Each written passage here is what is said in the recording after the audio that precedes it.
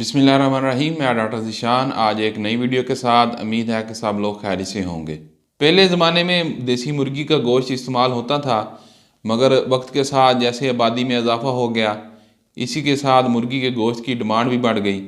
और जो देसी मुर्गी है, ये तैयार होने में 6 माह से ज़्यादा का वक्त लगता है, जिसकी वजह से गोश्त की ज़रूरत पूरी नहीं हो सकती थी। फिर एक ऐसी मुर्गी की नस्ल तैयार करने की ज़रूरत पेश आई जो कम वक्त और थोड़े खर्चे में तैयार हो जाए और गोश्त की ज़रूरत पूरी हो सके।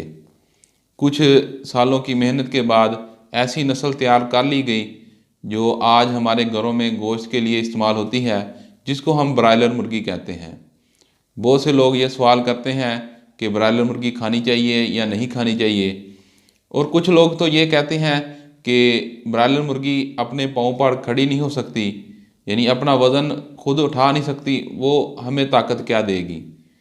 आज की वीडियो में इन्हीं सवालों पर बात करेंगे। हमारी वीडियो को लास्ट तक ज़रूर देखें।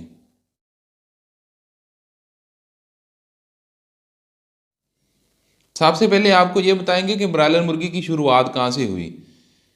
दूसरी जंग अजीम के बाद अमेरिका ने अपने मुल्क की सबसे बड़ी पोल्ट्री रिटेलर के साथ मिलकर मुल्क में एक चिकन ऑफ टूमारो के नाम से एक मुकाबला ऑर्गेनाइज करवाया, जिसमें मुल्क भर से किसानों और जानवर पालने वालों ने हिस्सा लिया। और जिन लोगों ने इस मुकाबले में हिस्सा लिया, उनको इस बात की तरगीब दी गई कि एक ऐसी मुर्गी की नस्ल तैयार की जाए जो कम वक्त थोड़े खर्च में तैयार हो जाए और इसका गोश्त भी बेहतरीन म्यार का हो। अमेरिका में इस मुकाबले का जो असल मकसद था, वो एक ऐसी मुर्गी की नस्ल तैयार करना जो कम वक्त में तैयार हो जाए और कम उम्री में इसको ज़िबा भी किया जा सके। असल में इसकी ज़रूरत इसलिए पेश आ रही थी, एक तो बढ़ती हुई आबादी की वजह से गोश्त की ज़रूरत को पूरा किया जा सके, और दूसरा जंग के दौरान बड़े जानवर जैसे गाय, भैंस, बकरी वगैरह, इनको महाज तक पहुँचाने में मुश्किल पेश आ रही थी। उस वक्त मुर्गी को सिर्फ अंडों के लिए पाला जाता था और इसको तैयार होने के लिए भी 6 से 8 माह का वक्त दरकार होता था।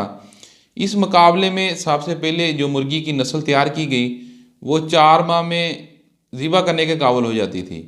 मगर वक्त के साथ साथ कुछ तजर्बात और क्रॉस ब्रीडिंग के ज़रिए पिछले 50 सालों में मुर्गी के वज़न में 400% तक इजाफा हुआ है, और अब जो ब्रायलर मुर्गी हम इस्तेमाल करते हैं, ये 4 से 5 हफ्तों में ज़िबा करने के काबिल हो जाती है। ये इसलिए होता है कि फार्मी चूज़े को तैयार करने के लिए जो खुराक दी जाती है, इसमें मसनूई हार्मोन्स और केमिकल डाले जाते हैं, और इसके अलावा इसकी खुराक में खून, आंतें, हड्डियाँ और मुर्दा जो जानवर होते हैं, इनका गोश्त भी शामिल होता है। इस खुराक से 40 दिन का जो चूज़ा होता है, ये बड़ी मुर्गी के साइज़ का हो जाता है। बड़ा होने के बावजूद इसको चलने फिरने में मुश्किल होती है और ये भाग भी नहीं सकता। ये इसलिए होता है कि इस खुराक से इसका जिस्म फूल जाता है और सूज जाता है। बहुत से लोग ये कहते हैं कि ब्रायलर मुर्गी अपना वज़न खुद नहीं उठा सकती और ये हमें ताकत क्या देगी। असल में जो ब्रायलर मुर्गी का चूज़ा होता है, वो 40 दिन का होता है, और जो खुराक इसको दी जाती है, इसकी वजह से इसका वज़न बढ़ जाता है, और इसकी टांगों में इतनी ताकत नहीं होती जो इतना वज़न उठा सके, जिसकी वजह से इसको वज़न उठाने में मुश्किल होती है। फार्मी मुर्गी के गोश्त का इस्तेमाल हमारी बॉडी में बहुत सी ख़तरनाक बीमारियां पैदा कर सकता है। फार्मी चिकन का ज़्यादा इस्तेमाल बॉडी में फ़ैट के लेवल को बढ़ाता है, और इस फैट से मोटापा होता है, और blood pressure, sugar, heart attack, फालज और फैटी लीवर जैसी बीमारियों का भी ख़तरा रहता है। फार्म में मुर्गी को खुराक के ज़रिए जो मसनूई हार्मोन्स और केमिकल दिए जाते हैं, और ये गोश्त के ज़रिए हमारी बॉडी में मुंतकिल हो जाते हैं और हमारे इम्यून सिस्टम को कमज़ोर करते हैं, जिससे इंसान बहुत सी ख़तरनाक बीमारियों का शिकार हो जाता है। फार्मी मुर्गी में सैल्मोनेला नामी एक बैक्टीरिया पाया जाता है, और ये बैक्टीरिया बॉडी में स्वेलिंग पैदा करने की वजह बनता है।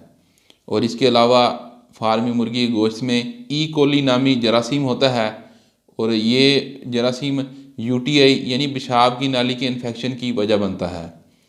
अगर आप इन जरासीम से बचना चाहते हैं, तो जब भी फार्मी मुर्गी का गोश्त इस्तेमाल करें तो इसको ज़्यादा दर्जे पर पकाएं और अच्छी तरह पकाकर इस्तेमाल करें। फार्म में मुर्गियों को मुख्तलिफ़ ख़तरनाक बीमारियों से बचाने के लिए एंटीबायोटिक की हैवी डोज दी जाती है, और जब कोई इंसान ऐसी मुर्गी का गोश्त इस्तेमाल करता है तो इस पर एंटीबायोटिक मेडिसिन का असर नहीं होता। फार्म में मुर्गियों को एंटीबायोटिक की हैवी डोज आखिरी दिनों में दी जाती है जब इनको फ़रोख्त के लिए फार्म से बाहर निकालना होता है, ताकि मुर्गी बाहर के माहौल को बर्दाश्त कर सके और जल्दी मरे ना। यही वजह है कि ब्रायलर मुर्गी के गोश्त का ज़्यादा इस्तेमाल हमारी बॉडी में मनफी असरात मुरतब कर सकता है और हमारी बॉडी में बहुत सी ख़तरनाक बीमारियां पैदा करने की भी वजह बन सकता है। ब्रायलर मुर्गी के गोश्त की बजाय आप देसी मुर्गी का इस्तेमाल करें और इसके साथ ताज़ा सब्जियां और दालों का भी इस्तेमाल करें। अफसोसनाक बात यह है कि फार्म में मुर्गी पालने वाले, मुर्गी के गोश्त का कारोबार करने वाले अफराद और अदारे माहिरीन सेहत ब्रायलर मुर्गी के नुकसानात के बारे में जानने के बावजूद ये कहते हैं कि ब्रायलर मुर्गी के गोश्त का इस्तेमाल सेहत के लिए ख़तरा नहीं है। उम्मीद है कि हमारी वीडियो आपको अच्छी लगी होगी। हमारे YouTube चैनल को सब्सक्राइब करें, हमें टिकटॉक पर भी फॉलो करें। नेक्स्ट वीडियो के साथ हाज़िर होंगे, तब तक के लिए अल्लाह हाफिज़।